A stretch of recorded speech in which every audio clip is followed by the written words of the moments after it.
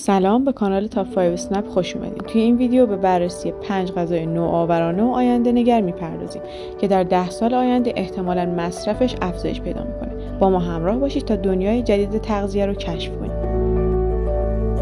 مورد اول، غذاهای مبتنی بر گیاه. اولین مورد غذاهای مبتنی بر گیاه. با افزایش آگاهی از مزایای سلامتی و تأثیرات مثبت بر محیط زیست، مصرف این نوع غذاها رو به افزایشه.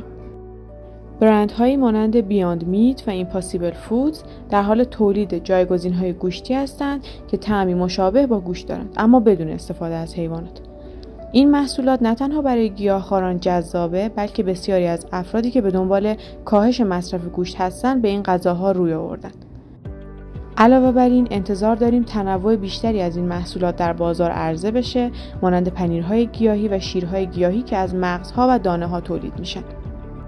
به طور کلی این روند به کاهش اثرات منفی بر محیط زیست و ارتقاء سلامتی کمک میکنه. مورد دوم، غذاهای پروبیوتیک و پیشرفته. دومین مورد، غذاهای پروبیوتیک و پیشرفته هستند. این غذاها به دلیل تاثیر مثبت بر سلامت روده و سیستم ایمنی محبوبیت بیشتری دارند. محصولاتی مانند ماست‌های پروبیوتیک و نوشیدنی‌های تخمیری به دلیل خواص سلامتیشون در حال گسترش هستند. در آینده ممکن است شاهد غذاهایی باشیم که به طور خاص برای تقویت میکروبیوم روده طراحی شدن. این غذاها میتونن شامل مکمل‌های غذایی و محصولات خاصی باشن که به طور مستقیم بر سلامت روان و جسم تاثیر میذارن. همچنین تحقیقات در زمینه تاثیر میکروبیوم بر شرایطی مانند افسردگی و اضطراب در حال افزایشه و این امر میتونه منجر به تولید غذاهای خاصی برای بهبود سلامت روان بشه. مورد سوم، غذاهای سفارشی و شخصی سازی شده. سومین مورد، غذاهای سفارشی و شخصی سازی شده است. با پیشرفت تکنولوژی اکنون میتونیم غذاهایی رو بر اساس نیازهای فردی و حتی ژنتیک خودمون تهیه کنیم. اپلیکیشن های جدیدی وجود دارن که به کاربران کمک میکنن تا رژیم غذایی متناسب با سلامتی خودشون رو داشته باشن. برای مثال، بعضی از این اپلیکیشن ها با تجزیه و تحلیل داده های سلامتی شما پیشنهادات غذایی شخصی سازی شده ارائه میکنن. این روند به افراد کمک میکنه تا به طور دقیق تری نیازهای تغذیه‌ایشون رو برآورده کنن و در نهایت به بهبود کیفیت زندگیشون کمک میکنه. همچنین ممکنه شاهد ظهور سرویس های غذایی سفارشی باشیم که وعده های غذایی رو بر اساس تست های ژنتیکی تهیه میکنن. مورد چهارم، غذاهایی با استفاده از تکنولوژی‌های نوین.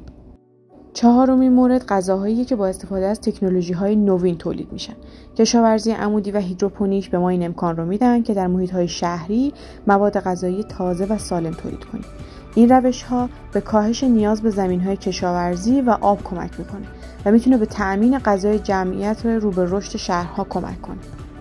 همچنین غذاهای ساخته شده با چاپ سه‌بعدی در حال ظهور هستند. این فناوری به ما این امکان رو میده که غذاها رو با اشکال و ترکیب‌های مختلف طراحی کنیم و حتی میتونه به کاهش ضایعات غذایی کمک کنه. به علاوه این روش‌ها میتونه به تولید غذاهایی با ارزش غذایی بالا کمک کنه که نیاز به مواد اولیه کمتری دارن.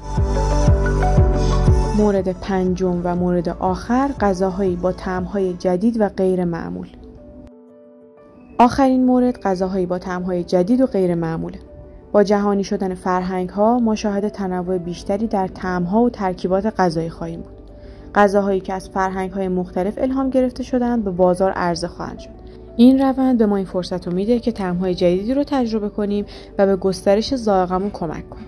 به علاوه میتونیم انتظار داشته باشیم که غذاها با ترکیباتی مانند ادویه‌های منحصر به فرد و طعم‌های غیر معمول مانند ترکیب میوه‌ها و سبزیجات به زودی در دسترس خواهد. بررسی طعم‌های جدید میتونه به ما کمک کنه تا به مفاهیم جدیدی از غذا و لذت‌های غذایی دست پیدا کنیم. ممنون که ویدیو ما رو تماشا کردید. اگر از محتوای ما لذت بردید لطفاً دکمه لایک رو بزنید و کانال رو سابسکرایب کنید تا از ویدیوهای جدید ما مطلع بشید. نظرات و پیشنهادات شما برای ما خیلی ارزشمنده، پس حتما توی بخش نظرات ما رو در جریان بذارید. امیدوارم هر جا که هستید روز خوبی داشته باشید.